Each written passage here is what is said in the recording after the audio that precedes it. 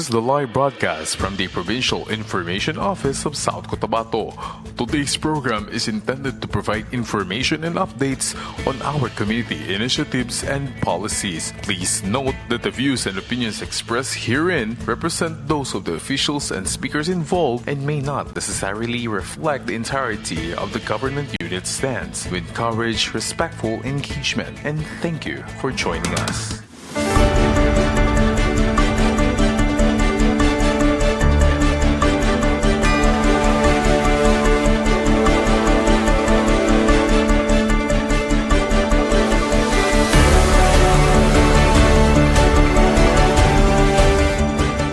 Mayong aga, South Cotabato, mayong aga, syudad sang Coronadal, mayong aga man, diri sa may pumuluyo sang Barangay Concepcion sa syudad sang Coronadal, isa na naman kapanibago nga adlaw ang aton sinipag-istoryahan sa subong nga aga, ang may kaangtanan sa aton sini nga pulong-pulong sang katawhan. Ginadulong sa inyo sang Provincial Government of South Cotabato kag sang Office of the Provincial Information Officer. Sa ngalan sang aton sini nga amay sang probinsya, Governor Reynaldo S. Tamayo Jr., kag sa aton sini nga Provincial Information Officer, Sir Rudy Jimenea, ini ang inyo alagad, Cres James Cabaylo. Paulam-anay sang isa ninyo ka kinutlo nga oras sa subong nga aga, no, para aton sini pagatalakayon ang isa man, no, sa mga importante nga tupiko sang aton sini nga Provincial Government of South Cotabato, ang opisina sang Office of the Provincial Population Officer. So ang aton sini nga tupiko sa subong nga aga, no, ang may kaangtanan sa aton sini nga Safe Space Act o kon ang Bawal Bastos Law or mas kilala bilang Republic Act 11313. So aton ina karon pagapadalma, no, ang aton sini nga topic nga ina, at the same time ang datos na to, no, sang teenage pregnancy, no, diri sa probinsya sang South Cotabato. So hibaloon nato na karon kung nagsaka ba nga aton sini nga mga kaso, pila ba ang edad sang aton sini nga mga kabataan, no, nga nagbusong kag nagdala. So ina karon ang manginsalandigan sang aton sini nga pagpangalaga diri sa pulong-pulong sang katawhan. Para sa ibalo sang aton sini nga mga pumuluyo kag mga viewers naton sa Facebook, no, via the official Facebook page sang Provincial Government of South Cotabato, ang pulong-pulong sang katawhan isa ka inisyatibo nga programa sang Provincial Government of South Cotabato nga ipalapit na to, no, ang aton sini nga mga programa, no, sa komunidad, barangay, no, purok kag sitio para nga mas mapalabot naton mismo sa komunidad ang mga programa, at the same time mas makapalabot man sila, no, sang ila sini nga mga mulo, concerns, palamangkotanor, or kung may ara ba sila sang luyag ipamangkot sa mga programa, proyekto kag aktibidad sang Provincial Government of South Cotabato. And of course, kaupod man naton subong, no, ang aton sini nga mga miyembro sang South Cotabato Press Corps. At the same time, luyag man naton pasalamatan ang Concepcion National High School sa pagdumala sang ila siniya nga principal, si Sir George Diohanes de la Cruz. At the same time, ang kaupod man naton subong nga aga, no, ang aton sini nga mga student leaders, no, sang Concepcion National High School. Of course, ginapangunahan sang ila siniyang gwapahon, no, nga SSLG advisor si Ma'am Shalimar Joy Naval, no, kaupod naton sila diri sa aton sini nga pagpangalagad sa subong yang aga. Kung may luyag kamo ipamangkot, no, feel free lang ipalabot sa aton sini nga comment section sa Provincial Government of South Cotabato, no, para direktamente man naton nga mapamangkot, no, sa aton sini nga resource person. Sige, this time kaupod ko na, no, ang aton sini nga resource person sa subong yang aga, ang aton man nung Provincial Population Officer sang Provincial Government of South Cotabato, wala liwan si Ma'am Melanie Chiba. Ma'am Mel, good morning kag welcome to the program. Yes, James, magandang umaga po sa ating lahat. Mas maigi siguro magsasalita ako sa Tagalog, ano, kasi wikang Filipino, Agosto ay buwan ng wika. Pero pasensyahin nyo na magkahalo-halo yung dialect natin mamaya. Bigla tayong mag-Ilonggo, bigla tayong mag-Sisibuano, at mag-English din tayo. Ano. But more on for today, siguro mas maganda magsasalita na lamang tayo, na lamang ako sa wikang Filipino. No? Magandang umaga po sa lahat ng mga nanonood ngayon sa ating Facebook page, dahil Ang alam ko ay live po tayong napapanood ngayon at napapakinggan din ba sa mga iba't ibang radio station, ano? Tama ba, James? Hindi na. Naka-live lamang tayo sa ating mga social media accounts. So magandang umaga po sa lahat ng ating mga kababayan sa South Cotabato at kung saan man na naaabot ng ating live streaming. Sa mga ating audience ngayon, sa ating mga kabataan, siguro dapat pakinggan nating mabuti kung ano yung mga napapanahon ng mga issue na dapat pag-usapan ng ating mga kabataan dahil ang pag-uusapan natin ngayon ay direkta na nakakaapekto sa paghubog ng ating mga asal, sa ating mga magulang at sa ating kinabukasan din. So magandang umaga din sa kanilang advisor at sa miyembro ng ating media at sa lahat ng staff ng Provincial Information Office. Magandang umaga po at sa lahat ng nakaantabay sa aming opisina, no, bilang pangunahing advocacy arm ng provincial government pagdating sa mga programa ng ating pampupulasyon, no, at sa ating kabataan. So magandang umaga po sa ating lahat. Alright, thank you gid no Ma'am Mel sa time sa subong nga aga balaan ko tuman ka busy sang inyo sini nga opisina pero gintagaan mo gid kami sang time subong nga makaupod sa aton sini nga pulong-pulong sang katawhan. Sa aton sini nga mga Facebook live viewers no paliog balaanay no i-like ninyo kag i-share ang aton sini nga live streaming para nga mas madamo-damo pagid kita magupdanay diri sa aton sini nga pagpangalagad. Sige this time himay-himayon naton ni siya Ma'am Mel no ang aton sini nga topic. Umpisahan naton timely ini kay sa subong yang aga daw isa ini sa mga dapat man no nga maistoryahan matakel ilabi na ari ang aton sini nga mga student leaders sa mga nagakalatabo subong sa aton sini nga sosyudad sa aton sini nga komunidad kag even mismo sa sulod sang aton sini nga mga eskwelahan ang ginatawag naton nga Safe Space Act o kun ang bawal bastos law para sa ibalo sang aton sini nga mga tigpalamati mga tumalanaw naton ano ba ang kaundan sini kag unod sini Mamel. Okay. Ang aton nga bawal bastos law or the Safe Space Act no sa Republika ng Pilipinas, ito yung batas no na inoprubahan. It was the time of former President Rodrigo Duterte para maproteksyonan yung ating mga kababaihan, hindi lamang kababaihan, kundi ang mga kalalakihan na rin. Lahat, pati miyembro ng ating LGBTQ community, maproteksyonan sa lahat ng mga karahasan or mga harassment na related siya sa pag-address natin sa tinatawag nating gender. So magbibigyan ako ng konkretong example for halimbawa. Sino ba sa inyo yung nakaranas na sumakay ng motor? Tricycle na lamang pagpalagay natin kasi marami tayong tricycle dito sa lungsod ng Coronadal. Pagkatapos mong sumakay sa tricycle, ay nung bumaba ka, no, mapababae or mapalalaki ha, or mapamiyembro ng ating LGBTQ community, bakla, tumboy, no, kasama na doon. So bumaba siya ngayon sa tricycle. At bigla siyang sinipulan ng driver, no? Paano ba sumipol? Hindi ako masyadong marunong. Bumaba siya ng tricycle, tweet-tweet, ganun. Tapos sinabihan niya pa talaga na, kaseksigid bala sa imulangga, sakay kaliwat sa akon. No? Nakaranas ba kayo ng mga ganong sitwasyon? Or naglalakad kayo sa daan, nagapayong-payong ka mo dito. Tapos ginghambalan ka sa isa kalalaki, or babae, or bakla man siya, or tumboy na siya, naghamba siya, hubagang ate, oy. And you feel inside that you were being abused, no? Nasaktan ka. Parang na-offend ka sa kanyang sinabi. That is an example of a situation na pwede mong i-complain yung tao na yon dahil nag-violate siya ng bawal bastos law or the Safe Space Act ng Republika ng Pilipinas. Another example, permi ka nagasakay sa tricycle, close mo na yung driver.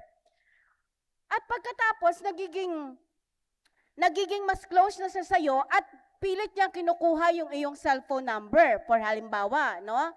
Langga, ako na pala ng imong cellphone number para ma-text-text na lang kita. So, hindi mo siya pag-ihatag. Ayaw mong ibigay. Kasi para sa'yo, private yung number mo. And then, nung sumakay ka ulit, hiningi niya na naman ng hiningi. Merong persistence doon na talagang gusto niyang kunin yung number mo.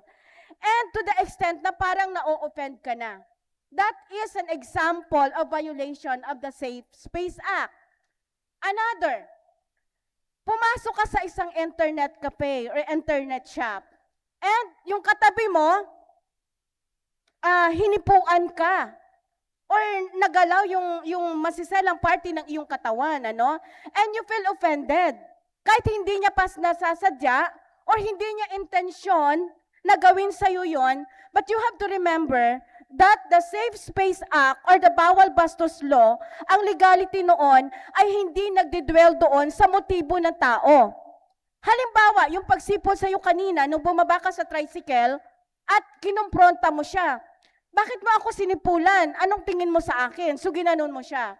Sabi ng driver, wala joke ko lang man na siya, ma'am, or sir, joke ko lang ko, hindi ko man ginasadya, hindi ko man tuyuon nga bastuson ka. But you have to remember that the law or the Safe Space Act or the Bawal Bastos Law, hindi siya nagdidwell doon sa motive. Doon siya titingin sa epekto ng ginawa ng tao sa'yo. So regardless of motive, if you felt offended, pwede mo siyang filean doon sa violation ng Safe Space Act or Bawal Bastos Law. But then again, hindi man makulbaan ang mga nagapamati nga mga driver subong, basing mahambal sila ba, kakurulbaan, nagitini, nakakatakot na. No, because lahat naman ng complaint, lahat naman ng kasong idudulog ay idadaan pa rin yan sa tamang proseso. No? So ganun ang kapangyarihan nitong Bawal Bastos Law. So sa Bawal Bastos Law, ito yung sa Safe Space Act, lahat ng pampublikong lugar ay cover niya. Kung ang violasyon ay nangyari mismo dito, halimbawa dito na lang, sa barangay gym, this is considered a public place. Yung mga internet shop, yung mga daanan, yung mga paaralan, yung inyong mga pinapasukan, the barangay hall itself is considered a public space, kumbaga public places. Ano pa ba? Even yung mga private property na nagkikater or pwede siyang i-access ng publiko dahil sila ay may ginagawang pagtitipon doon, cover pa rin siya ng Safe Space Act or the Bawal Bastos Law. What about the online? Sa online kasi ito yung isa din sa pinakamainit na issue at challenges na kinakaharap natin ngayon, lalong-lalo na sa mga kabataan. Pati ang inyong cellphone, Kapag nagme-message kayo, nagte-text kayo at sa feeling nyo ay nababastos kayo doon sa message sa inyo, pwede nyo yung isama doon sa complaint sa violation ng Bawal Bastos Law. Yung sa mga chat, kasama din yan, At yung pag-a-upload at pag-a-upload ng mga pictures ninyo, hiningan kayo ng pictures, send me nude photos kasi maraming mga chatmates na gano'n, lalo na kapag hindi nyo kilala. If you feel offended for that, pwede ka mo maghimo sang complaint violating the Bawal Bastos Law. So kasama siya doon sa mga paaralan, sa mga pinapasukan natin, sa trabaho, the online platform, cover lahat yan. So ayun ang tinatawag na coverage by area ng ating Bawal Bastos Law. Ang aton ba sini nga Safe Space Act, ano ba ni siya, para lang ba ni siya sa mga kabataan, sa mga kalalakihan, kababaihan, sa aton sini nga mga senior citizen? Sino ba ang sakop sini, Mamel? Sakop sini ang tanan nga edad. Especially the minors, syempre. Kasama nito. So kung halimbawa si Lola, dumaan siya doon, 60 years old na siya, tapos sinipulan siya at nabastos siya, feeling niya nabastos siya. Kung magko-complain si Lola, di may kaso, subject for investigation. So kasama po lahat doon, yung sa edad, lalong-lalo na sa mga kabataan. Although, but it happens, mas maraming nabibiktima sa ating mga kabataan, Dahil nga very vulnerable sila dito nga sa violation ng Bawal Bastos Law. Sige. Ma'am Mel, ibutang naton sa amon nga question, para nga mas maintindihan pagid, sang aton sini nga mga kabataan at the same time sa aton sini nga mga viewers naton.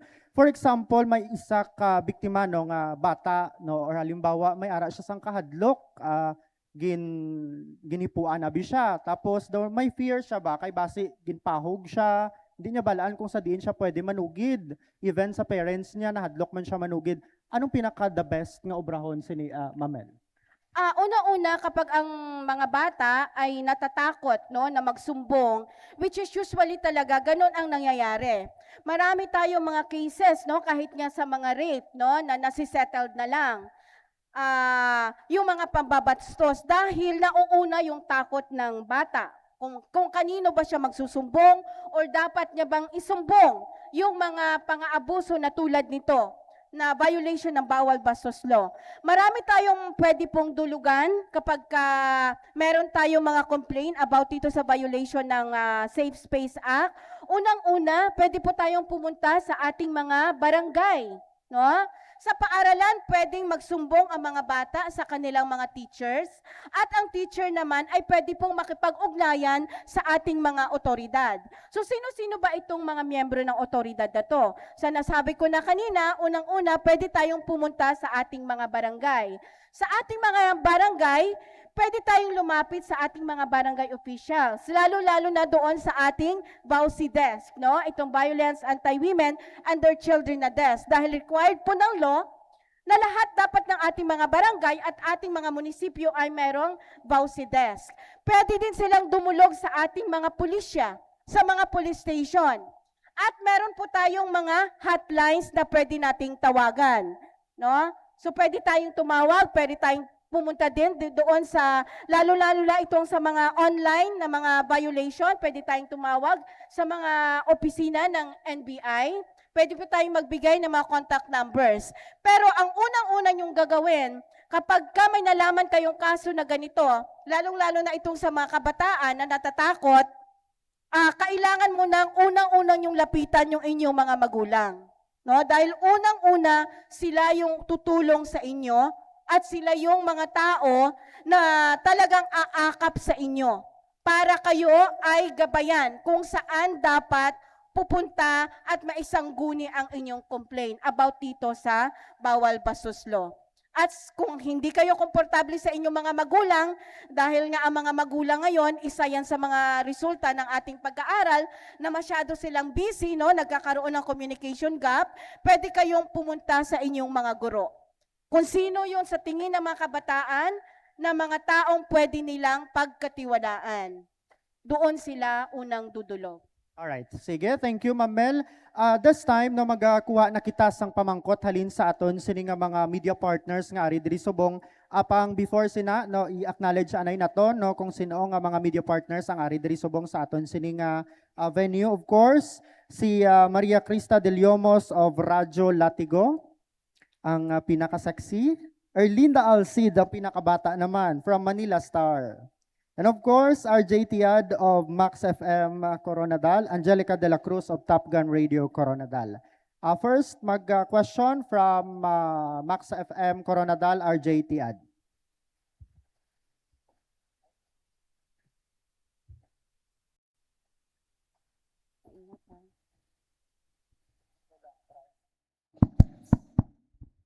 Alright. Good morning, Ma'am Melanie, Chief RJ Umagaptiad from 90.5 Good Vibes Radio.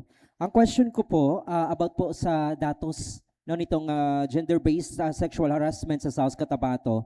Gaano po ba kalawak ang problemang ito, ma'am, sa ating probinsya?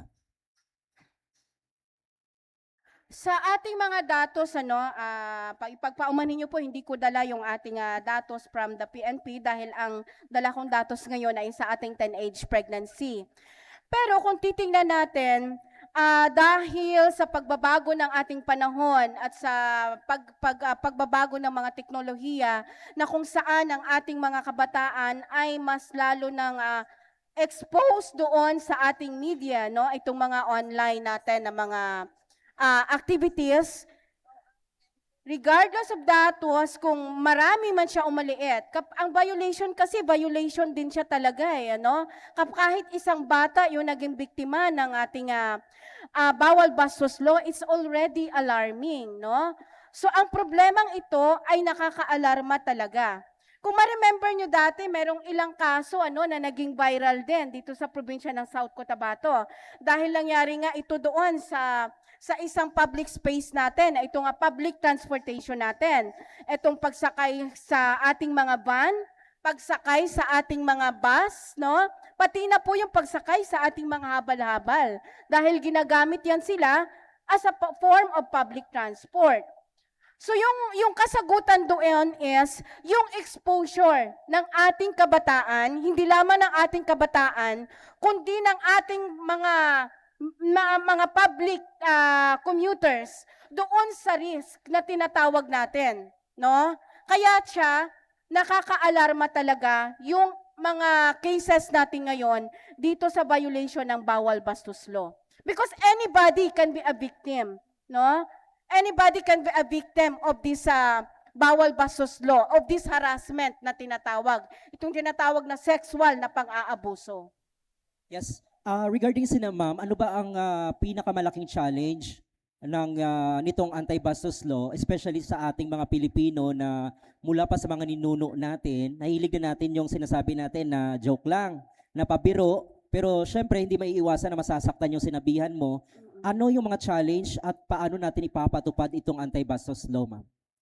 Kailangan lamang natin na i-intensify yung ating information and education campaign, ano? Kasi kung minsan kung kukunin mo yung panig ng mga halimbawa na lang yung mga tricycle drivers, no, itong mga Skylab drivers, wala silang alam masyado doon sa batas na ito pala ay bawal na. Kaya nga lang sinasabi natin, 'di ba palagi nating sinasabi na ignorance of the law excuses no one. It also applies dito sa bawal bastos law. Dahil sa nasabi ko nga kanina, ang bawal bastos law ay hindi tumitungin doon sa motibo, kundi doon sa epekto ng ginawa ng isang tao sa kanyang, kumbaga, ay kanyang nagiging biktima. So ang challenge dito ay paano natin ipalaganap doon sa bawat isa na dapat magiging aware sila na ang simpleng pagsisipol pala ay pwede silang makulong. No? So kung alam natin yung batas, hindi natin gagawin. Dahil meron nang nagkukontrol. Meron nang prohibition. So yun ang pinaka-challenge dito. And that's why we are asking for the members of our media to help us intensify this law na dapat malaman ni habal-habal driver, ni tricycle driver, ng konduktor ng van, ng konduktor at driver ng mga van at ng mga buses natin, ng mga nag-ooperate ng ating mga internet shop, at higit sa lahat, malalaman ng bawat isang South Cotabateño para maproteksyonan yung kanilang karapatan na bawat isa sa atin ay dapat ligtas sa pampublikong lugar. Lastly, ma'am, regarding sa mga cases, for example, na may reklamo, nadadaan ba ito siya sa mediation o diretso na siya sa korte? Hindi po siya dapat idaan sa mediation. Ano? Kasi this is violation. Karapatan mo yun eh. No, karapatan mo yon. Karapatan mo yon bilang babae, karapatan mo yon bilang lalaki, karapatan mo yon bilang tomboy, bilang bakla, no? Na hindi ka dapat binabasa-basang binabastos lang, no? Because that is innate na karapatan natin bilang tao, regardless of gender, regardless of sex, kumbaga na tinatawag. So kapag may mediation nangyayari, pag-uusapan natin yan doon, pag-uusapan yan ng bawat panig doon sa mga technicalities and legalities. Sabi ko nga kanina, whatever the complaint will be, ay dadaan pa rin po yan sa proseso. But we discourage this mediation. Kasi kapag dinadaan na lamang natin palagi sa magandang usapan, ay mas lalong lalala yung problema. Pwede kasing gawin mo na lang palagi dahil pwede ka naman palang patawarin na lang. And take note, the Filipino has this nature of being forgiving, ano? Talagang nasa nature natin yan. Pasensyahin mo na, patawarin mo na. But the other side of that is that people keep on doing it because we keep on forgiving. Daw gugma man lang bala, no? Kumbaga, ano? Parang ganun eh. Parang ganun yung nangyayari. Kapag palagi nating pinapasensyahan, Sa usapin ng hindi legal, pwede siguro. But when we have these technicalities, we have the legalities, we discourage the mediation. Kasi kapag ganito, ay palagi na lang ganito, hindi naman pala napaparusahan, hindi sige-sigiho na lang nato ni ino, kaya hindi man galit kumaparusahan sini. So, we discourage the mediation. Sorry, may pahabol lang gid ako, ma'am. Yes po. Sa mga gusto mag-file sang complaint, ang isa sa isip nila abi, mag-file ako sang kaso, gasto kaayo. Sa din sila pwede magkadto. Meron tayong mga public attorney's office. Ano? 'Di ba? Meron tayo. And kapag ka nadulog sa barangay, ipapatawag naman yung inyong ging reklamo. So kapag pumunta ka sa barangay, kapag nanon ka sa Bausi Desk Officers, wala naman pong bayad muna yan. Dahil doon, titingnan muna natin yung bigat ng inyong reklamo. No? So dadaan muna tayo doon sa, kumbaga, pataas ng pataas. Simulan muna natin doon sa pagpapatawag sa kanila sa barangay, no? Pagpapablatter natin sa mga pulis, at titingnan yung bigat para matitingnan natin kung ano yung susunod na hakbang. Kung pupunta na ba tayo sa dimandahan? So, ganun siya. Alright, sige, thank you, RJ. So, before ang next question, gina-acknowledge naman gali no, ang presensya sang aton sining media partner si Gary Lumawag. Kaga, of course, ang aton sining staff no sang BLGO Concepcion, si Ma'am Jeanette Hospital, kag si Ma'am Mary Ruth Peralta. Sige, salamat ma'am sa inyo sining time. Sige, salamat gid no sa inyo sining pagtambong man sa subong yang aga. Sige, next question, partner Dan, from our student council no sang Concepcion National High School. Sige, pakilala anay pangalan, ano nga year kag ano ang imo sining posisyon sa inyo sining student council. So, good morning, everyone. My name is Precious Nicole C. Bautista, a grade 12 student, the president of Concepcion National High School Supreme Secondary Learners Government. So, my question is, there are some cases, or especially for minors, na for example po yung gina-example ninyo, nagisipulan sila or there are further abuses, however, there is no proof being recorded, and then they wanted to report it, however, pag-report nila ng ginapangayuan sila sang proof, and I also know that there are some cases na ginapangayuan man sila sang proof and wala sila sang mahatag na proof, and though mag-go siya nga as ma-disclose ang case nga ni. So, ano ba ang dapat na himuon sa mo sina? Kay I believe that there are some minors or some people na nakaagi na sa case nga ni, but then hindi na nila further establish or gi-report ang mga cases because they have no proof po. So, ano ba ang... Hindi ko lahat masasagot dahil hindi ko masyadong nabasa kung ano man yung mga further details sa sinasabi mo example ng kaso.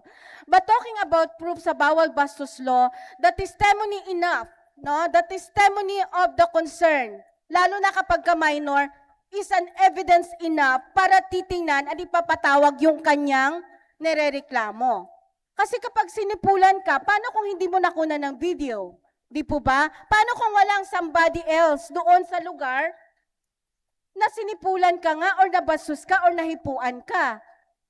So paano natin masasabi na valid yung complaint mo? Ang sinasabi ko nga, kailangan talagang pumunta doon sa mga opisina na dapat may mapagsumbungan yung bata at i-determine yan doon ng mga social workers natin, na mga BAUSI officers natin, yung katotohanan sa sinasabi nung nagko-complain. No? Yun po. Sige, from our media partner Dan, before naman kita sa aton sining mga student leader. Next question from Angelica De La Cruz of Top Gun Radio. Good morning, ma'am.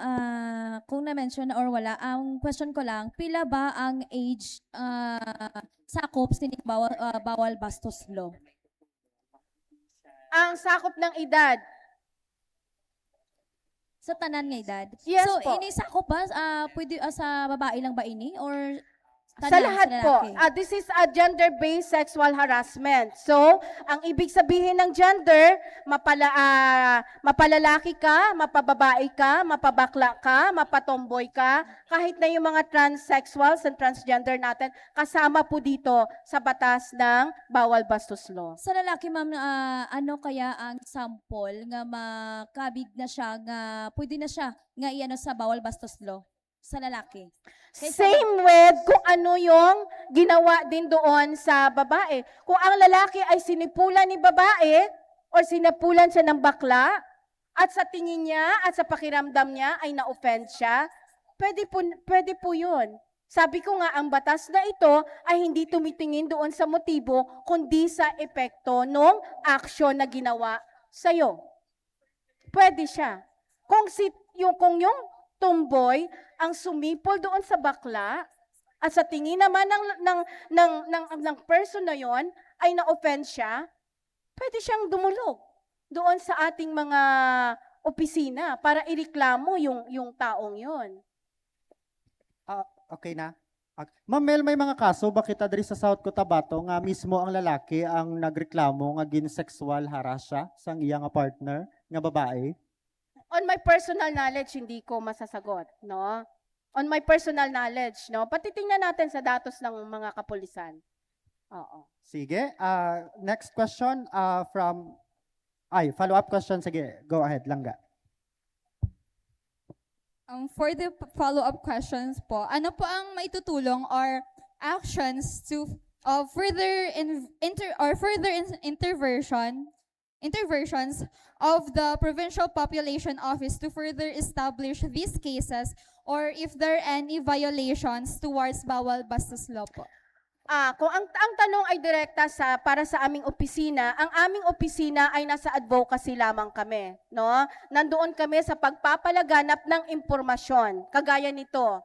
Pero kapag titingnan natin yung mga legalities, nasa iba't ibang sangay na po yan ng ating gobyerno. Nandun na po, papasok na si Philippine National Police, papasok na si Provincial Social Welfare and Development Office sa province na level, papasok na yung ating mga MSWD sa mga munisipyo, papasok na yung ating mga kagawad and women and children pagdating naman sa ating mga kabaranggayan. So kung inuulit ko kapag naka-address sa aming opisina, nandoon lamang kami sa ating magpapalaganap ng information as the advocacy arm of the provincial government of South Cotabato. Pero, pumapasok din kami doon sa tinatawag nating referral. Kapag meron kaming alam doon ng mga kaso, we can refer the client or we can guide the client kung saang mga opisina sila dapat dumulog. Sige. Siguro mag-cater na lang kita last question sa aton sini nga bawal bastos law, then proceed kita sa aton sini nga teenage pregnancy. Karon na lang, reserve mo na lang imo sini nga question. Sige, may question pa sa bawal bastos? Sige, last question, Mamel, before kita mag-proceed sa aton sini nga next topic ang Okay, mga palangga, kung nabudlayan kayong mga question sa English, this is August, this is buwan ng wika. You can question, you can ask us in wikang Filipino, pwede man sa Hiligaynon. But if you are more comfortable in English, you can also ask sa English. Good morning, ma'am. I Yes, am po. Riza Joy Esbales, and I am a grade 12 student of Concepcion National High School. So, my question is, if ever man na-experience or may student ka naka-experience nga mabastos or something na sa tricycle drivers na amulet ma'am nga case. So, if halimbawa nag-post ang students sa social media, especially sa Facebook, sang nakatalikod siya ma'am, pero nadala ang plate number. So, sa Data Privacy Act 2012, the Anti-Photo and Video Voyeurism Act, pwede ba na makasuhan man ang mag-i-plot, like may plot twist ma'am, wala sang evidence or video or photo while nga nahimo tong pangbabastos. Then, may plot twist ba or pwede ba man makasuhan ang student or hindi siya student, like hindi siya minor or siya sa legal age, pwede ba siya gyapon nga makasuhan tungod sa ginhimo niya nga pag-picture sa ano mo. So, ang ginamin mo is nabastos yung bata and then wala siyang evidence na nakuha, nabastos siya ng driver. So, gimpost niya ang plate number. Wala man sang nawong. Wala sang nawong, is just a plate number. Nga nabastos siya sa tong plate number na to. Ang pamangkot kung may violation siya sa data privacy law, hindi ko masyadong masasagot agad talaga yung diretso, pero ang intention ng bata is to call for action. Nga ang driver hindi ko diretso na masasagot ha, kasi data privacy lang. Pero ako na personal note ko daw wala man. No? Mas mayo ganito siguro, gipost niya ang plate number para mabalaan, matawag ang atensyon sa tong driver nga to, sa tong tricycle number nga to, kasi ang pinag-uusapan nito ang Safe Space Act naton, ano? And ang complaint is nabastos yung bata. So titingnan natin kung medyo nawala ako doon sa data privacy law. Pero on my personal note on my personal lang na opinion, hindi ko sinasabing ito yung tama dahil kailangan pa nating mag-aral talaga doon sa data privacy law. Pero kay plate number lang man ang iya ngaging post, kag wala siya nag-post ang itsura sang tao, na wala man yata sang violation kasi you are calling for action, you are calling for help, kay na pamatsyag mo is na abuso ka. It's fine, it's okay. No? And mabudlayan man na i-prove nga kung may naabuso ka na, kasuhan ka pa sang data privacy law. I think that's hindi naman pumapanig yung batas doon sa isang bagay na mas mas mabigat yung timbang doon sa naaabusong tao. Alright, thank you. Mamel, thank you. Hingyo na lang gid daw siya kuno apila siya may last question na lang gid para sa aton sa ning anti-bastos law. Ma'am, good morning sa kay Ma'am Melanie. Gary Lumawag sa Mega News FM. Ma'am, Excuse me ha, dapat James sa sunod pagbawal bastos lubutang kamo disang abogado sa akon nga tupad. Because we're talking about cases. Mamalhas man kita sa inyo, no? You know, the yes. bawal bastos law entails a lot of legalities, no? And as an office who is only devoted for the advocacy, medyo limited yung aming knowledge, and I admit that, for the legalities. Sasagutin lamang natin hanggang doon sa abot ng ating makakaya yung inyong mga tanong when it concerns sa legalities. Yes po sir, pwede po tayong magpatuloy. Atuloy ma'am, ang pamangkot ko, very, man siguro, inang, kumbaga, pababahon talang para mas maintindihan, especially sa mga Yes estudyante. po, mas maganda po yun. Sa mga specific provisions sa anti-bastos law, may case being gusto ko i-raise. Sa part man, sang isa man ka, syempre sa amon sa trabaho, as a media practitioner, hindi nag-auyat sang ining mga commentary program. Yes po. May case nga isang gitawag niya lang during sa program niya nga putot, word lang to nga putot, tapos describe naman siguro ang itsura. So siguro wala lang man to ma'am, and then pagka sunod si Mana, tingala na lang siya nga may ara na warrant.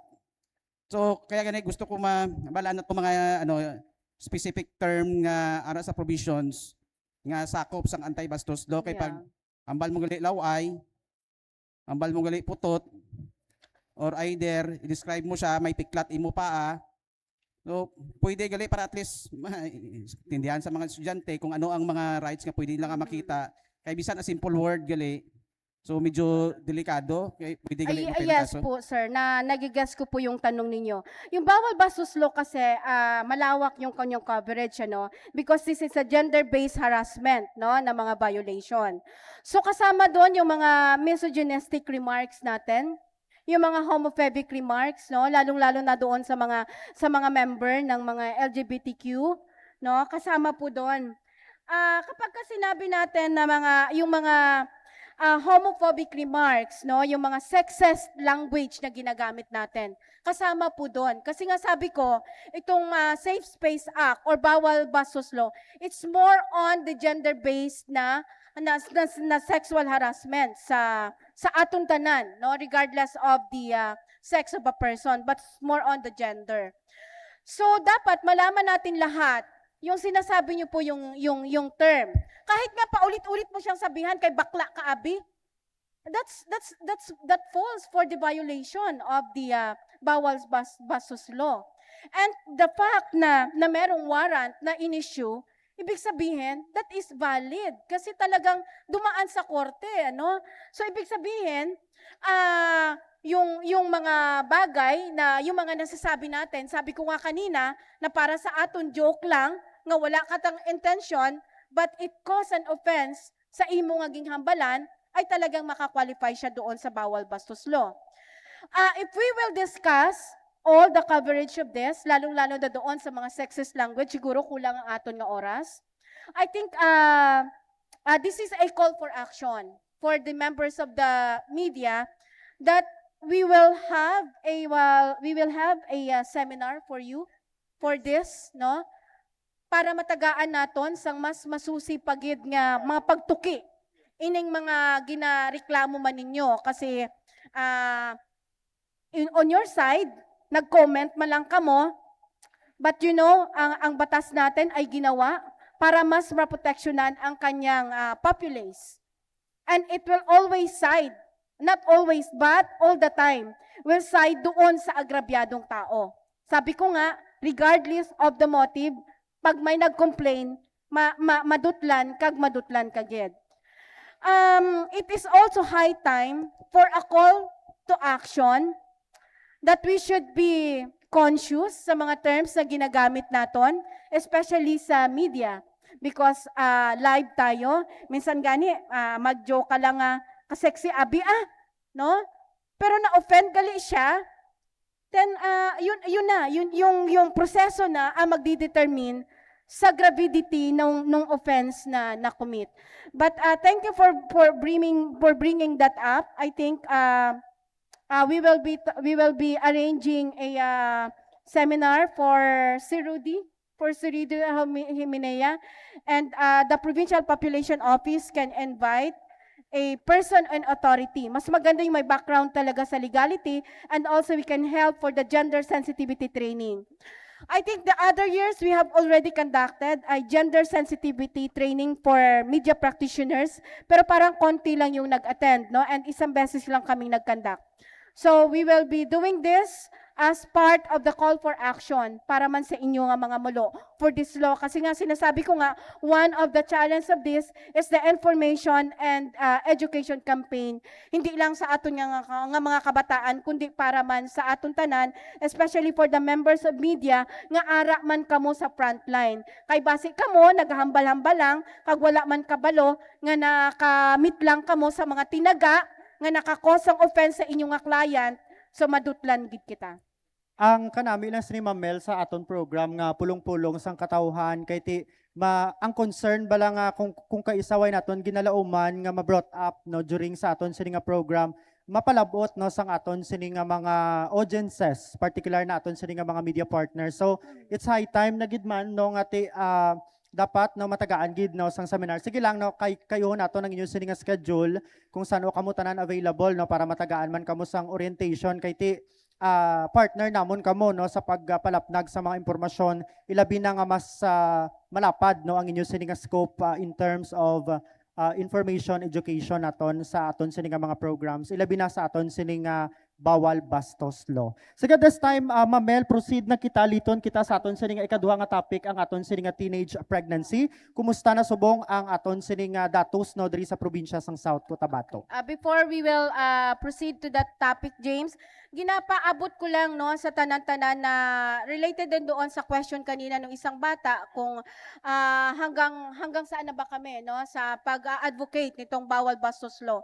Although na very limited pa yung naaabot nating mga audience no, but lastly during the Women's Month celebration since last year, we have been conducting and we have been prioritizing the tricycle drivers ng Coronadal City. Kasi nga, yung mga naging case natin at yung mga yung naging viral natin na cases noon were committed by the drivers. No? And both sides, yung passenger at saka yung drivers, yung at risk dito.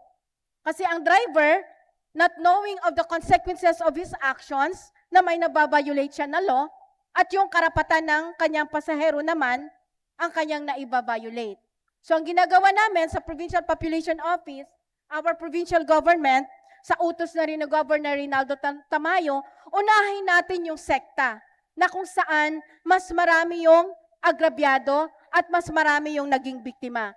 And sa katunayan yan, during Women's Month celebration, since last year, nasa more than 300 na kami, at close to 400 na yung mga drivers na na-reach out natin for the advocacy on the Bawal Bastos Law.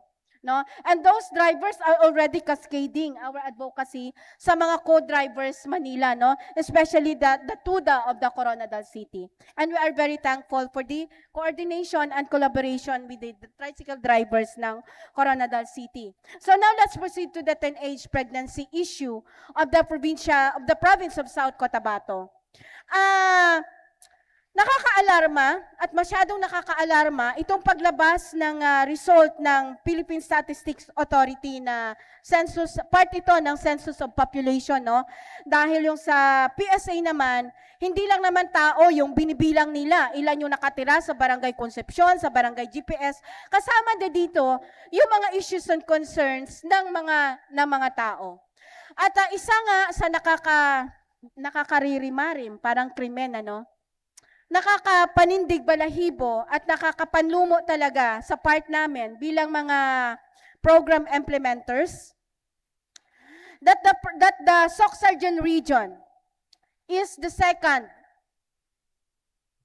among the regions in the entire nation, no, ng buong Pilipinas. Kumbaga, Soc-Sargen region is second sa may pinakamataas na bilang ng mga kabataang nabubuntis. Hindi lamang sa South Cotabato, kumbaga hindi lamang sa rehiyon, but the entire Philippines. Soc-Sargen is second sa may pinakamataas, inuulit ko, na bilang or kaso ng mga kabataang maagang nabubuntis or tinatawag natin 10-age pregnancy. We are second after the Zamboanga Peninsula. Zamboanga Peninsula is number 1. And the second is the Soc-Sargen region, and we are tied with the Memaropa. Sa South Cotabato, sa Region 12 naman, South Cotabato shows the highest spike, kumbaga, ang may pinakamataas na biglang pagtaas ng mga kabataang nabubuntis na nasa edad 10 to 14. Can you imagine that?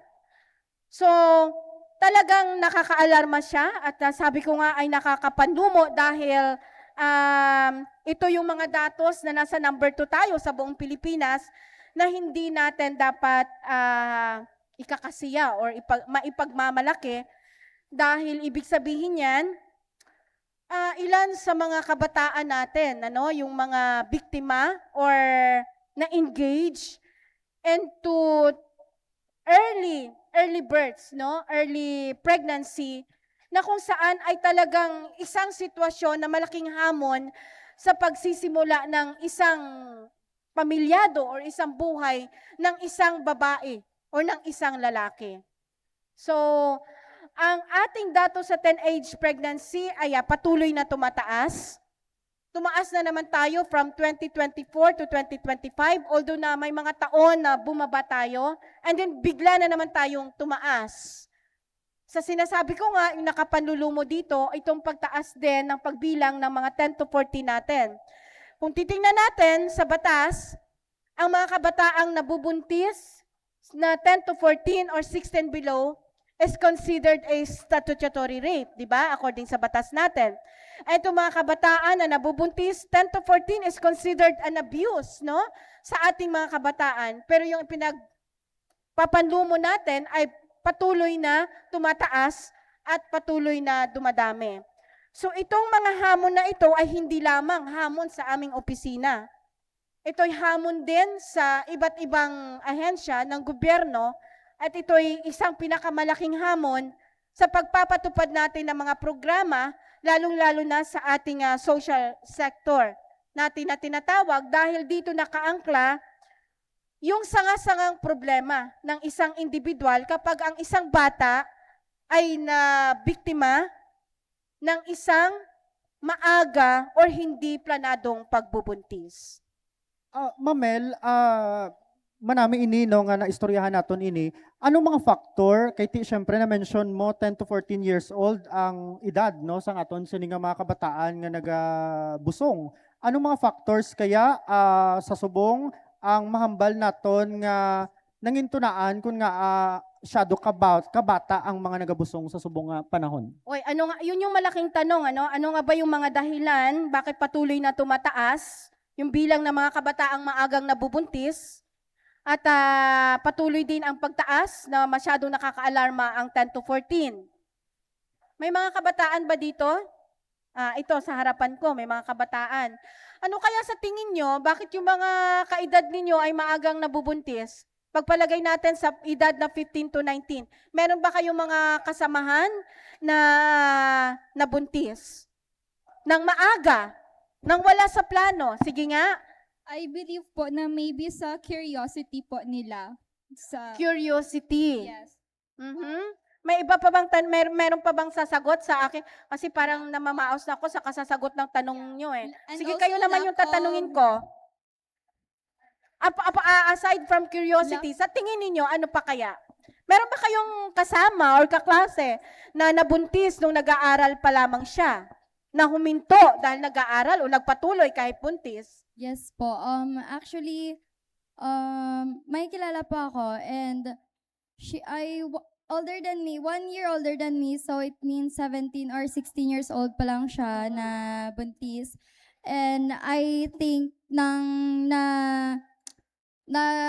nahimo to because of lack of information about teenage pregnancy and also about ng paano ba ma-prevent or lack of protection and also family planning po. Okay, so tumpak yung mga sagot ninyo, kasama yan doon sa mga resulta ng datos kasi nag-conduct tayo ng survey ng 10Age Mothers Profiling, no? Tiningnan natin ang ating mga respondents ay yung mga kabataang nabubuntis talaga, yung mga naging nanay sa murang edad. No, so tumpak yung inyong mga sagot, kasama yan doon sa lumabas na datos. Yung tinatawag na curiosity, yung wala silang proper education about sa health and sexuality, yung walang family planning, no? Kasama yan dyan sa mga factors kung bakit maraming mga kabataan ang nabubuntis ng maaga or nabubuntis ng wala sa plano.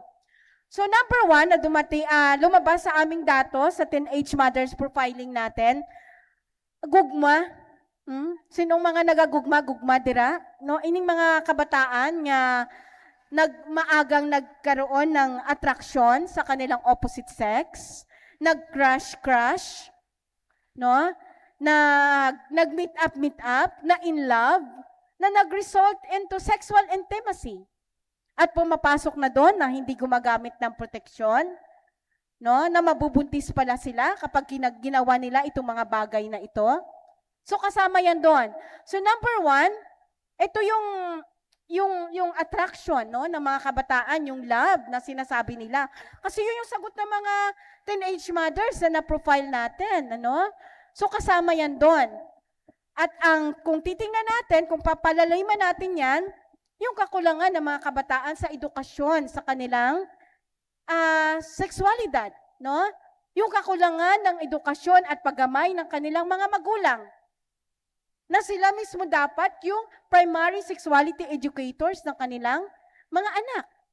Dahil masyado nang busy ang ating mga magulang ngayon. Parang kulang na yung kanilang oras or wala na silang oras para pag-usapan sa kanilang mga tahanan mismo ano may mga values na dapat i-inculcate natin sa ating mga anak. Kasama din sa factors na yan, yung mga social media exposure. Itong kuryosidad ng mga kabataan, dahil masyado nang open sa kung ano-ano na lamang ang tinitingnan nila sa kanilang mga social media account. Itong mga pornography na tinatawag, no? So masyado na silang nagiging sexually aggressive, no? Itong mga kabataan ngayon, itong mga Gen Z, itong mga millennials na tinatawag natin. Kasama din dyan yung pagdami din ng ating mga teenage mom or teenage mother, itong tinatawag natin na mga nakatali pa doon sa tinatawag nating cultural and traditional practices. Dahil sa modern na panahon natin ngayon, nandoon pa rin yung kultura ng forced and arranged marriage natin. O itong maagang pagsasama kung wala mang marriage na tinatawag sa ating mga tribo. Kasama din dyan yung mga naging biktima ng pang-aabuso. Yung mga kabataang na sexually abused or na rape na tinatawag, no? Kasama din dyan. Na hindi tungod sa curiosity kaya nabuntis yung bata, kundi dahil naging biktima siya ng sexual na pang-aabuso. Na kung susuriin natin, karamihan ng mga naging biktima ng mga sexual na pang-aabuso na ito ay nasa pamilya lang. Tatay, pinsan, kapatid, lolo, stepfather, uncle, kasama dyan. Nagsanga-sanga na. So this is why very challenging itong issue natin na to. But number one, na lumabas sa datos natin, itong kapusukan ng mga kabataan, no, sa ngayong panahon. Ma'am Mel, ano ba dapat ang ideal age sa mga kababaihan nga kumbaga masiling naton nga ready na sila, no, amo na ini ang gusto nga edad para magbuntis na sila or like halimbawa magsulod sa isa ka role bilang isa ka nanay. Oh, tanungin natin itong mga kabataan natin ulit. Anong edad sa tingin ninyo yung pwede na kayong mag-asawa or pwede na kayong magkaanak? Tanungin natin yung mga lalaki natin, palaging babae yung sumasagot eh. Oh, tanungin natin yung ilan pa yung lalaki dyan. We have 4. Sige nga, mga palangga, sabtan nyo. Sa pamatsyag mo palangga, ano ang edad nga pwede ka na magpakasal? Ano ang ideal daw nga edad? Nga pwede na magbata. Sige, tukunin natin yung opinion or ang pag-iisip ng ating mga estudyante ngayon. Actually, for me, it depends man kung ara na ang isa ka lalaki sa stable niya nga life para mag-asawa na. Kay budlay abi mag-asawa if hindi pa stable ka sa financial or sa other nga. So, hindi edad? Maybe, yes. Pag sure. Ayoko ng maybe. Maybe this time ayoko. Hindi, for me lang ha. Hindi Yes, siya, para lang sa'yo, syempre, pwede ikaw yung siya sumasagot. hindi siya by edad. Kaya nakadepend siya kung makaya mo sustentuhan as a lalaki ka. Kung makaya mo na ba siya buhion o kung kaya mo na magpamilya. Yes, tama siya. Palakpakan naman natin. O, di ba? At least nakaganti ako sa inyo. Kanina, pinagpapawisan ako sa mga tanong ninyo eh. Dugangan paguro naton, Ma'am Mel, no. Hulat anay da, James. sige, Sige, go anay ahead. magdugang-dugang da. Karong ka na sabat. Kay sabtong ta anay itong una mga pamangkot. So, sabi ni, ano pangalan mo lang ga? My name is Almonef Asingtop. Almonef po. Almonef. Ito yung mahirap ngayon sa mga James. Ang hirap i-spell ng mga pangalan ninyo. Anong palayaw mo? Ang haba-haba ng pangalan nyo. Christina Cassandra. Pang magdalag ko, Casey man lang nagyapon. You can call me Al na lang po. Al. Okay, Al. Thank you, Al. Ang haba-haba ng pangalan. Darating din tayo sa Al. James, sandali lang ha. Sagutin ko muna si Al. Sabi ni Al, wala sa edad, kundi doon sa stability. Which is tama siya. Tama siya, James, no? Ang pag-aasawa, walang ideal na edad dyan. Biologically, dinidiscourage natin ang mga kabataan, lalong-lalo na yung mga teenagers pa lamang, na magbuntis, especially sa babae. Kasi biologically, nasa high risk pa yung ating mga teenagers sa pagbubuntis. No? Hindi pa kaya ng iyong katawan ang pagbubuntis mo dahil masyado pa siyang bata. Ito na yung sinabi kanina ni Al na stability. Ano ba yung ideal age? So wala tayong sinasabing ideal age to marriage. Although, sa health natin, James, meron tayong recommended na dapat, kailan ba siya dapat magbuntis? Kasi pag masyadong late pag masyadong bata, high risk ka. Pag masyado namang late, high risk ka pa rin, no? So, si midwife ang namin ang mag-explain sa inyo. Pag abot sa kung saan ugid ba dapat, biologically. But gusto kong mag-dwell doon sa stability na tinatawag. Kasi ang marriage is the foundation of creating a family. So magpapakasal ba kayo kapag ka-estudyante pa lamang kayo? No. Magpapakasal ba kayo ay wala kayong trabaho? Or hindi lamang kasal, live-in. No? Kasi tumataas yung cases natin sa live-in, di ba? So magli-live-in or magpapakasal pa kayo kung wala kayong trabaho? Or magpapakasal ba kayo, mag-undergo ba kayo ng seremonya ng kasal? If ang paghahanda ninyo at ang pambibili ng trahe de boda ninyo, iaasa pa ninyo sa tatay at nanay ninyo? Hindi rin. Pero in actual, ganun yung nangyayari, di ba? So James, walang ideal. Ang ideal doon, if that individual or a person is prepared financially, biologically, emotionally, psychologically. Kapag ready yun ang i-embrace ang inyong responsibility bilang nanay at tatay ng inyong mga anak, kag may ara na kamo sang igasto, kapambakal sang bayo, pagpabalon sang inyong mga kabataan. And that is the ideal, not only the age, but the ideal stage ang inyong alive nga pwede na kamo mag-start sang isa ka family. Yes, James, katuta sa imo nga pamangkot. Sige, siguro dugangan naton Mamel no magkuha gyapon kita sang reaksyon no sa aton sini nga mga kabataan no kagaina no makuha kita reaksyon siguro dito partner Dan no halin sa mga kalalakihan dito sa likod no para at least maka-share man sila sang ila sini nga sentimiento. No kay ti syempre pag masiling kita lalaki abi may makabig nga daw haligi no haligi sang tahanan naton. Sige, manami ini nga ti open ang aton sa nga communication. Sige, sino pwede mag-share? Okay, before mag-share, gusto ko lang itagaan sang diin ang sinabi ni James na lalaki is haligi ng tahanan. Maupod gini si James sa amo niya seminar sa gender sensitivity training. Upod ka, James, ha? Okay. Pag sinabi na that was a traditional concept or context that when we address the man as the haligi ng tahanan, no? Di haligi ng tahanan, hindi lang tatay, hindi lang tungod nga lalaki siya, but the haligi ng tahanan is both the male and the female or the man and the woman, no? Pag sinabi ng ilaw ng tahanan, hindi lang nanay yon. Pag sinabi ng ilaw ng tahanay, dapat si tatay din. Dapat si nanay din, no? Lalong-lalo na sa panahon ngayon, marami ng mga kababaihan ang siya ang nagtatrabaho, no? Or both nagtatrabaho. So, isa yan. So, you see, James, itong ating bawal bastos law, talagang nandoon sa gender, sa usapin ng gender, no?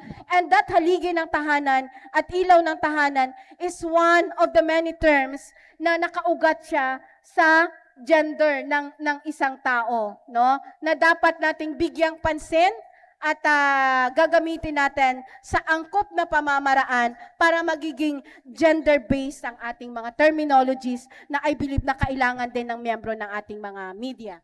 Okay, James, go, shoot. Ready na siya, go ahead. Ready na.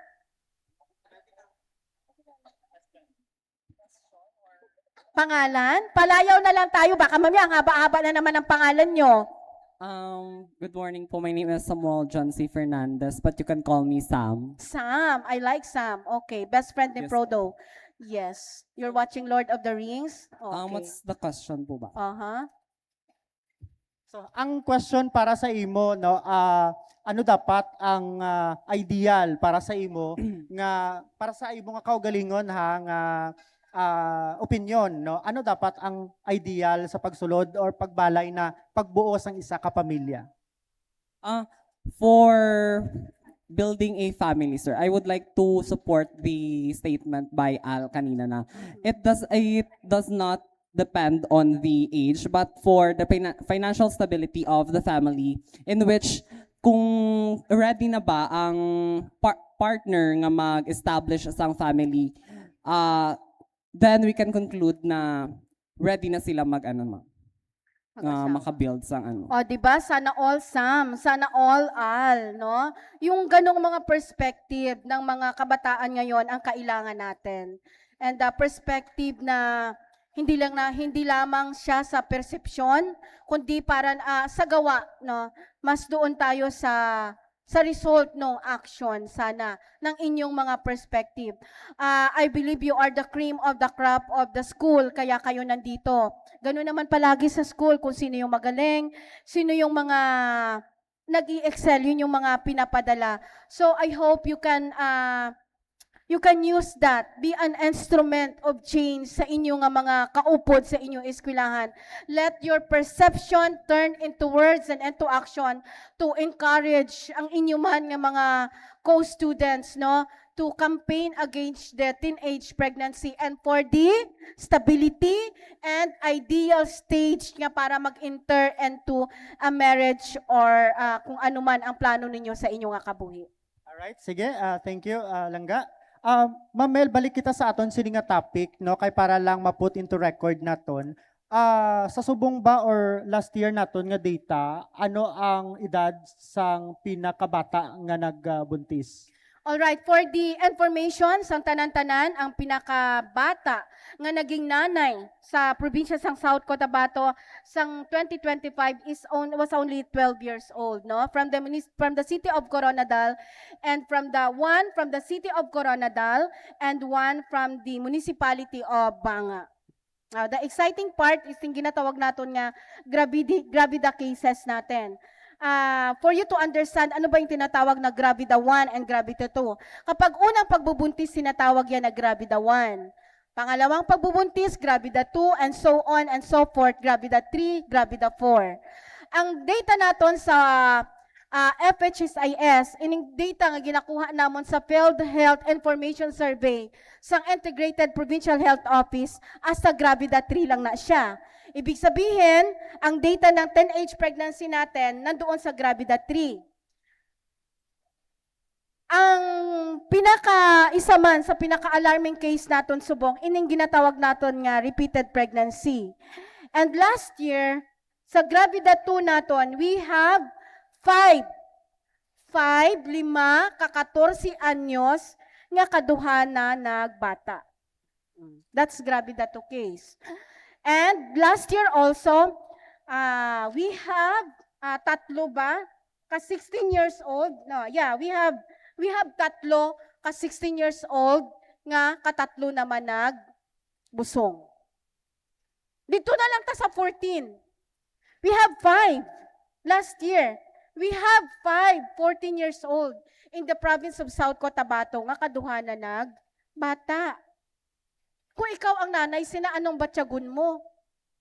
Sang 12 years old, nabuntis na siya. Nga pagka 14 anyos niya, nabuntis naman siya liwat, kag nabata naman siya liwat. No?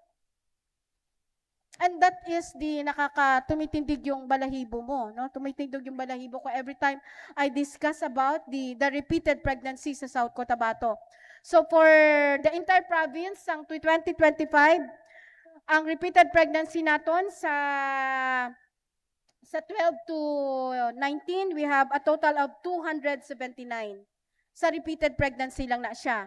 Gravida, that's repeated pregnancy, we have 2,998. Wala akong salamin, ano? But this is 2,198, that's close to 300 cases of repeated pregnancy among the teenagers, no? That's age 10 to 19. So, yun, pinakabata, 12 years old, may 5 kakaso sang 14 anyos nga kaduha na nagbusong. May ara sang 2 kakaso sang 16 years old nga katatlo na nagbata. Sige, kung tinatanong niyo F-Tribo, hindi ko siya masasagot for today dahil itong datos na ito ay hindi pa natin na-profile. So we have to wait for the profiling ng ating datos before masasabi natin kung nabilong ba sila sa IP tribe or hindi. But the youngest is from the city of Coronadal and from the municipality of Banga. Partner Dan, liyaw ko gani isang microphone. You see, marami na kayong tanong ngayon because nararamdaman nyo na yung tindi ng alarming, kumbaga, na sitwasyon ng ating teenage pregnancy cases sa probinsya. Yes po, ma'am. Mayong agas tanan, I am Barangay Sanitation Inspector. Curious lang po ako, ma'am, about sa mga IPs na, di ba meron silang tradition or culture na Mhm. kahit 14 years old, sinasali na sa arranged marriage. Di ba, ma'am? Realidad gid na siya. So, may intervention ba si government niya na kahit 14 years old, pilit na ipapakasal? Yes po, ma'am. That has been a long time. Since hindi pa tayo ipinanganak, no? Hindi pa ipinanganak yung nanay ko, yung lolo ko. It's been a part of the tradition of the indigenous peoples community na talagang nandoon yung tinatawag nating arranged marriage, no? Or forced marriage, kahit na masyado pang mura yung edad ng isang bata, mapalalaki man yan, or pababae, although na sa datos natin, mas may edad lang yung lalaki kesa sa babae. As early as 10, as early as 9, no? During those times, na meron ng talagang practices and traditions na ginatawag natin niya, ginabuya na, no? Itong arranged marriage na tinatawag. But with the passage of the Republic Act 11596 or the Anti-Child Marriage and Union Law, no? Sa buong Pilipinas, unti-unti na nating nababago yung mga persepsyon at unti-unti na nating natutugunan yung kanilang problema sa traditional marriage nila and unions. And yung mga bagong tubo-subong, yung mga bagong henerasyon naman, ayaw na rin naman nila yung mga ganong klaseng practices. Although na meron pa talaga, especially doon sa mga GIDA area na tinatawag. Itong dating tinatawag natin na geographically isolated and disadvantaged areas na tinatawag natin ngayon na USAS na, underserved and unserved areas na siya ngayon, no? From GIDA to OSA. Another challenge for us here is, again, ang pagpapalaganap ng information and education campaign or the social behavioral communication chains sa ating mga concerned na mga tribo, sa ating mga IP leaders, no? Sa members ng mga IPS natin. And challenge pa rin siya kasi mahirap baguhin yung traditional na perception ng isang tao. Yung bang pag pumunta ka sa community, pagsasabihan ka na panahon pa ni sang lulo namon, ginaubra na ni namon, baguhon nyo lang, no? But we will take that as a challenge pa rin, no? We cannot clean the earth overnight, but we can always do our part. So, bahala na hinay-hinay, basta kanunay. So, patuloy pa rin natin, unti-unti nababago natin, unti-unti natin na-change, although mahirap, although matagal, but we are on that. We are onto it. We are getting the hang of it na sa isang pamilya lang na mapabago natin is a big change na for us na mapabago man natin ang perception sang isa ka pamilya para mas matagaan pagid sang kumbaga yung tinatawag natin na matatag, maginhawa at panatag na buhay lalong-lalo na sa ating mga indigenous peoples communities. Thank you, ma'am. Alright, sige, thank you, good. Manami, Mel, no, daw kanami isang aton, sini nga dalagan, sang istoryahan na isa subong yang aga, no, ka very interactive, no, ang aton sini nga discussion, kaya di do halos tanan nakarelate, gid.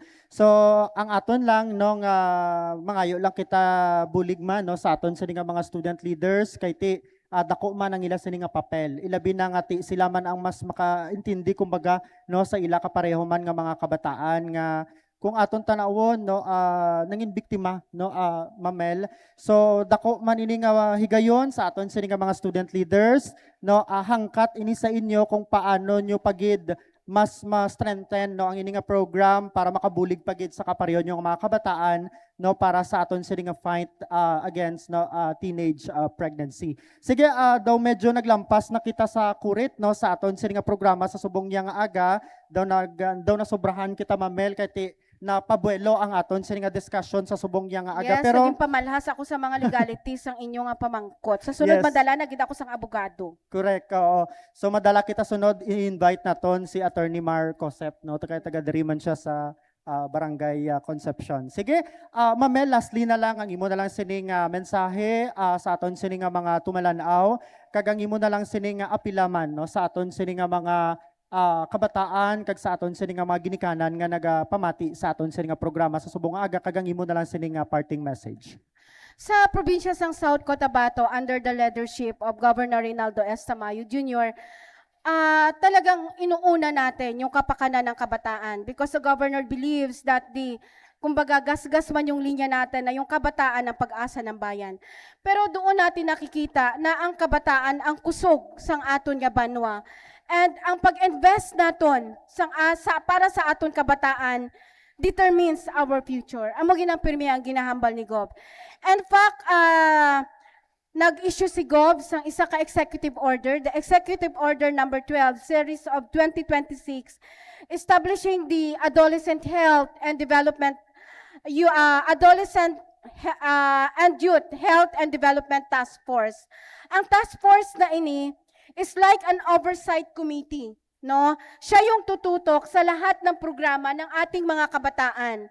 And ang kagandahan ng task force na ito ay hindi lamang provincial government, hindi lamang mga line agencies ang kasama dito, kundi kasama natin dito ang civil society organizations na pinangungunahan niya ng Mahintana Foundation Incorporated and ng Save the Children's Philippines Incorporated, Family Planning Organizations of the Philippines, tribal leaders of dito sa South Cotabato, yung ating ONDHSED, Kasilak Foundation, South Cotabato Foundation, yung lahat ng mga civil society organizations sa South Cotabato, at yung ating mga line agencies from the DepEd, Sangguniang Kabataan Federation, no? The barangay officials, the municipal mayors, because we believe that the challenges and the issues and concerns na kinakaharap ng ating mga kabataan ngayon ay hindi lamang problema ni Provincial Population Office, hindi lamang problema ng Provincial Government of South Cotabato, kundi hamon ito ng buong Pilipinas at ng buong sosyedad. We are calling for the whole of the nation or the whole of the society approach. Na kapag ka may nangyaring barilan or may nangyaring problema sa eskwelahan, hindi lamang natin i-blame yung principal at yung bata, kundi dapat kasama doon yung tanong, bakit dumating sa punto na naging ganito na yung asal ng ating mga kabataan ngayon. And this is a call for action sa lahat ng mga magulang na nakikinig at na tumitingin, na nakapanood, na nanonood sa ating live stream ngayon. The challenge is more on the parent. It is more on the parents to give more time, to allocate your time to your children, to give more time to address the communication gap. And that as we balance the economic side of our family, kay gusto nato nami nga TV. Gusto natin namo may balon ang bata naton. Gusto nato nami iabag. Gusto nato makaselebrate siya sa iya nga 18th birthday nga bonggang-bongga. We should not also forget nga ang communication, ang pagpangumusta sa bata naton, ang pagtap sa ila abaga. Kumbaga, ang simple nga pagambal nga na kumusta ang imo nga pag-eskwela. Yun yung nakakalimutan naton. And I am very emotional for this. Because this is the gap nga dapat naton i-address. Huwag lamang nating iasa kay ma'am and sir ang ugali ng ating mga anak. Huwag nating sisihin ang gobyerno kung bakit naging ganito yung mga kabataan ngayon. Because first and foremost, the inculcation of values and discipline sa aton nga kabataan, mag-umpisa sa aton nga panimalay, mayong aga sa aton tanan.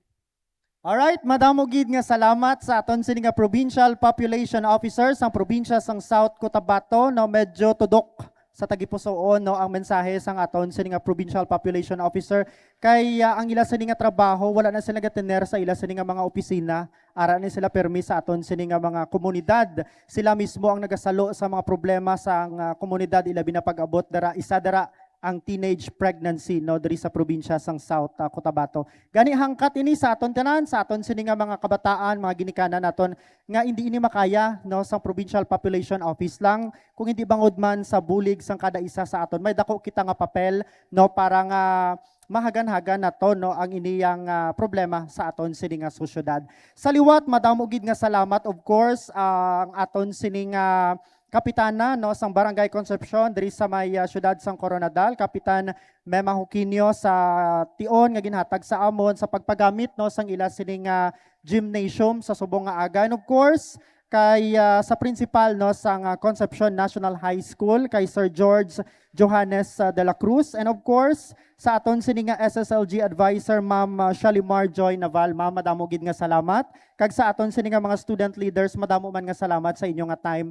I'm sure pwede ka mo magpatigayon sini sa inyo sini nga schools, or kung di gani magkanda ka mo sang community immersion, pwede niyo no, kumbaga pa kopyaho ng ini nga program. Kandak man kamo sang pulong-pulong sang katawhan. Nami ini siya nga program kag venue man sa pag-advocate no sang mga programa ilabi na subong sa mga problema sa mga kabataan. And of course, salamat man sa aton sa nga mga Facebook live viewers nga nakaupod naton sa subong yang nga aga.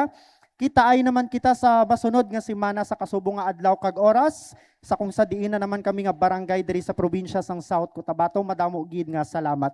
Sa liwat, salamat man sa aton sini nga mga media partners nga nakaupod naton sa subong yang nga aga, ang South Cotabato Press Corps. Kaga of course, salamat man sa aton sini nga mga hepe no sang Office of the Provincial General Services Officer sa pagpahulam no sang aton sini nga mga logistics, and of course sa aton sini nga PHRMO Ma'am Fredaliza Gaso, madamo gid nga salamat. Kay Ma'am Ann Kasan, madamo gid nga salamat. Sa liwat, sa ngalan sang aton sini nga amay sang probinsya Governor Reynaldo S. Tamayo Jr. kag sa aton sini nga Provincial Information Officer Sir Rudy Jimenea, kaupod man ang bugos nga puwersa sang Provincial Information Office, inang inyo alagad Cres James Cabaylo. Sa liwat, mayong aga kag South Cotabato, angat ka sa lahat.